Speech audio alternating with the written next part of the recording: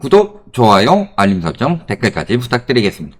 국토부에서 중공아파트 하자 점검한다는데 분양받은 사람들 영향은 어떨까요? 간만에 좋은 정책이 나왔습니다.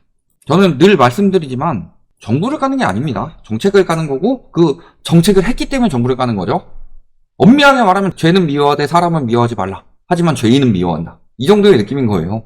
죄를 지으면 죄인은 미워하는데 또 선행을 하면 선행은 칭찬을 해줘야죠. 근데 좋은 정책이 하나 나왔습니다. 준공 임박한 신축 아파트 하자 특별점검 나선다. 22일부터 오늘부터죠. 30일까지 지자체 및 관계기관과 합동으로 전국 신축 아파트 건설 현장 중 준공이 임박한 곳을 대상으로 특별점검을 실시한다. 지금 보시면 공사비 상승, 건설 자재, 인력 수급 부족 등으로 인해 입주를 앞둔 아파트에서 마감 공사 하자 등 부실 시공 사례가 다수 발생하고 있다. 와, 핑계 되게 좋죠. 공사비 상승했기 때문에 부실 시공이 나온다. 자재나 인력 수급이 부족하기 때문에 부실 시공이 나온다. 그럴 거면 분양가를 올리지 말든가. 분양가는 올려놓고서 왜 이렇게 편들어줘요? 저기 우리가 아파트를 짓는데 인력 수급 문제도 있고 공사비도 올라가고 자재 수급 문제도 있고 그러니까 가격을 좀 더 받아야 되겠습니다 라고 해서 공사비를 올려놓고서 개판으로 지으면 이건 당장 쌍욕을 먹어야 되는 건데 되게 열심히 편들어주고 있죠. 기사의 취지 자체는 그렇습니다. 제가 그래서 자꾸 언론을 가지고 뭐라고 하는 거예요. 이런 이야기를 하는 언론들. 예를 들어서 지금 사과값이 굉장히 많이 올라갔다. 근데 사과탕후를 가격을 쭉 올렸다. 비싸게 받았다. 근데 먹고서 오래된 사과라서 배탈이 났다. 그러면은 언론에서 사과 가격 상승과 그 다음에 인건비 올라가니까 최저임금 상승으로 인건비 상승으로 인해서 부득이하게 오래된 사과를 써서 어쩔 수 없이 배탈이 나는 경우가 나타날 수 있다. 가격을 더 올려야 된다. 이런 식으로 말해주겠어요? 그런 소리 하면은 그런 기자한테 총 들고 가서 탕탕 후루루루루 하겠죠. 그래서 이번 점검은 국토부와 지자체를 더불어서 건축구조 및 품질 관련 전문가로 구성된 시도 품질 점검단과 하자심사 분쟁조정위원회를 운영하는 국토안전관리원이 함께 실시할 예정이다. 그래서 세대 내부 및 복도, 계단실, 지하주차장 등 공용 부분에 대해서 콘크리트 균열이나 누수 등 구조, 하자 여부와 마감공사, 시공 품질에 대한 집중 점검이 이루어진다. 왜냐면은 하자가 너무 많기 때문이죠. 지금 하자 점검 나선다. 이게 많이 뜨고 있는데 지금 뭐 외벽 휘고, 벽 뒤틀리고, 물 새고, 벽 갈라지고 대표적으로 이제 종합 선물 세트가 여기 있었죠. 보니까 외벽이 휘고, 벽면이 뒤틀리고 그런 거죠. 지금 와 이거 한눈에 봐도 휘어 보이죠. 아까 뱃살공주 이야기 하시던데 바닥이 뱃살공주입니다. 지금 또 와 무너지고 있죠. 자연 친화적인 아파트입니다. 지금 창틀과 벽 사이에 틈이 벌어졌습니다. 이런 자연 친화적인 아파트는 여름에 따뜻하고 겨울에 시원할 겁니다. 이거 너덜너덜하고 대박이죠. 여기도 떨어지고 있고요. 이거 재건축 아파트 아니에요? 신축 아파트 아니고 재건축 아파트 찍어온 거 아닌가? 지금 엄청나게 하자가 많이 나오고 있고 지금 상위 20개 건설사들의 공동주택 아파트 하자 판정 신상 건수가 1만 건을 넘어섰다. 그리고 하자 비율을 보면은 55%가 진짜 하자였고 주요 하자는 기능불량, 균열, 들뜸 및 탈락, 결록, 누수 이런 것들 엄청 많았죠. 그리고 최근에 야밤에 몰래 계단 깎은 대구 아파트도 나왔죠. 한밤중에 계단을 깎고 있습니다. 왜냐면 계단층과 층 사이의 유효 높이는 2.1m 이상이어야 되는데 일부 층간 높이는 1.94m가 나와서 기준에 맞추려고 공사업체가 계단 하나하나를 16cm가량 깎았는데 요거를 야밤에 몰래 깎아냈다는 소리죠. 계산이 잘못된 거죠. 대충 한 거고. 그러니까 저런 하자들이 계속 나와서 생겨나는 문제들입니다. 신축 아파트 하자가 늘어난 건요. 아까도 말씀드렸지만 공사비 상승, 그 다음에 뭐 자재나 인력 수급 문제가 아니다. 개판으로 만들기 때문이고 수익을 많이 챙겨 먹기 때문이고요. 자재비는 늘 말씀드리지만 최근에 건설 자재비는 하향세를 타고 있습니다. 분양가만 계속 올리려고 하는 거지. 그런 거라서요. 많은 돈을 받았으면은 돈값을 해야죠. 우리가 이코노미석을 타다가 비즈니스석을 타면요. 그만큼 대우를 받기 위해서 비즈니스석을 타는 겁니다. 근데 비즈니스석을 탔는데 이코노미석보다 더 안 좋아. 의자가 더 넓은데 등하고 막 엉덩이를 찔러. 좀 가는 길에 좀 쉬려고 비행기 좌석 뒤로 넘기는데 좌석 안 넘어가고 막 이런 식으로 계속 문제가 되면 누가 거기 비즈니스석으로 끊겠어요. 그 비싼 돈 주고. 근데 비싼 돈 주고 분양 받은 사람들이 항상 저렇게 문제가 된다는 소리예요. 지금 분양가가 얼만데 그게 지금 당연한 수순으로 나오고 있는데 실질적으로 건설사들이 공사비를 많이 받고 있기 때문에 그런 거죠. 그래놓고서 원가 공개하라고 하면 맨날 영업비밀 이야기를 하고. 그러니까 남겨먹는 게 많으니까 지금 할인 분양도 들어가고 있어요. 할인 분양도 들어가고 있는데 광양에 이어서 대구도 이러고 있는 거죠. 이사올 생각하지도 마. 폭발. 할인 분양 얼마나 해줬냐? 비싸지도 않아요. 할인 분양 입주자 절대 이사 불가.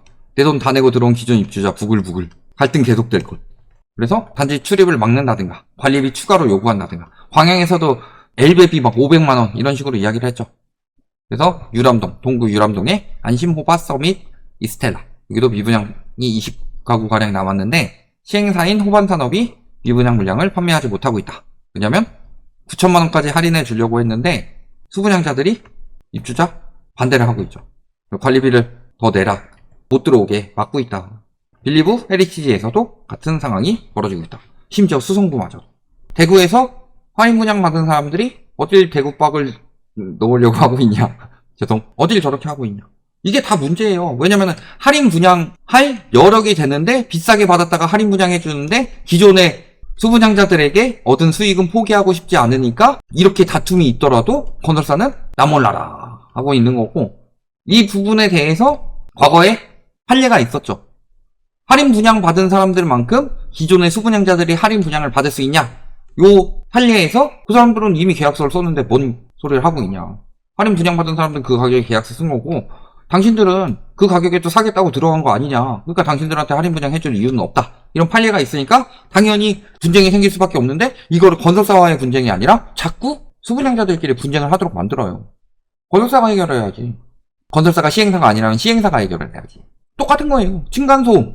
층간소음의 문제는 개판으로 지은 건설사 문제입니다. 지금 부실 아파트 이야기에 대해서, 부실 점검에 대해서 이야기가 나온 거니까 층간소음에 대한 거는 건설사 문제죠. 근데 윗집에서 뛴다. 윗집에서 쇠질을 해요. 그래가지고 데드리프트 이런 거 해가지고 바닥에 콱 내려오고 이런 정도가 아니고 애들이면 뛸 수 있잖아요. 그러면은 애들이 뛰는 걸 가지고 밑에 집에서 문제가 생긴다. 층간소음으로. 이거는 설계가 잘못된 거지 뛰는 애들이 잘못된 게 아니죠. 애들은 원래 그래요.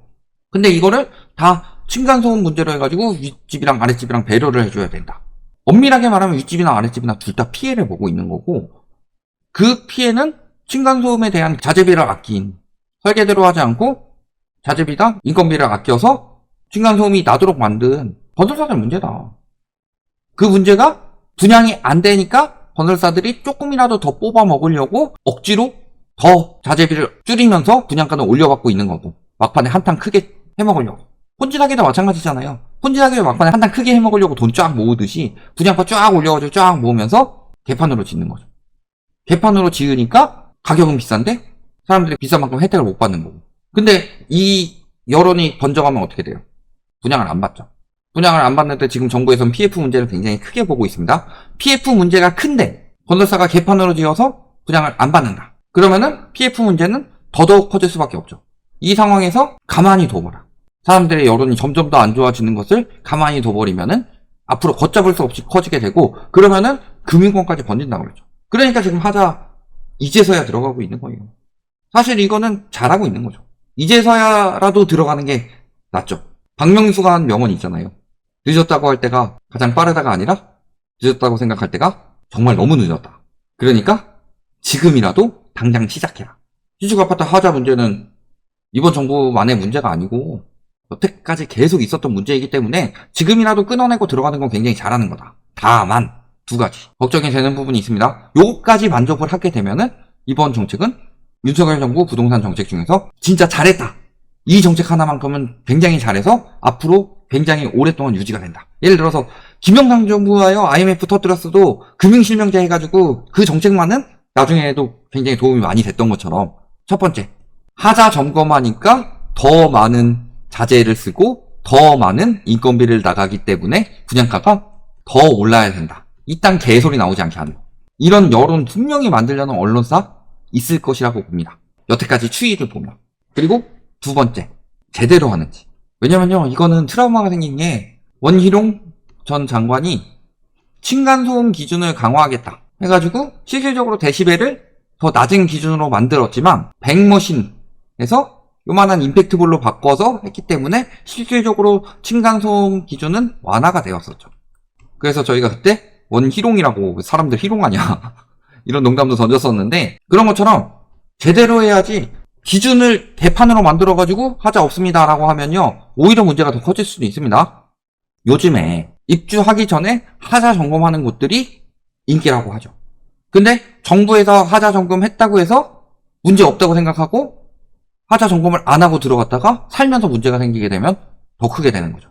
차라리 알아서 대비하게 뒀으면 괜찮은데 너네가 알아서 대비하지 말고 우리가 해줄게 라고 해놓고서 개판으로 해놓는 것만큼 잘못된 건 없다. 그러니까 그런 부분들까지 원희룡 장관이 과거에 했던 것처럼 기준 높이겠다고 해놓고 오히려 기준을 낮추는 이런 이상한 방향, 혹은 하자 기준을 없었던 거니까 새로 만드는데 굉장히 낮게 잡아서 벽이 휘었는데 요 정도까지 휜 거는 하자 안 잡히고 요 정도까지는 휘어야지 하자다 라고 하면은 그런 것들은 굉장히 문제가 될 수 있겠죠. 그래서 그 두 가지만 확실하게 하고 진행되면은 이 정책으로 인해서 건설사들이 암암리에 장난질 치고 했던 부분에 대해서 좀 더 또 확실하게 규제 잡고 더 확실하게 짓도록 만들고, 그래서 앞으로 이 방향을 정착시키게 된다면은 뭐 층간소음이라든가 여러 가지 문제들이 많이 잡혀가지 않을까, 이렇게 보시면 되겠습니다.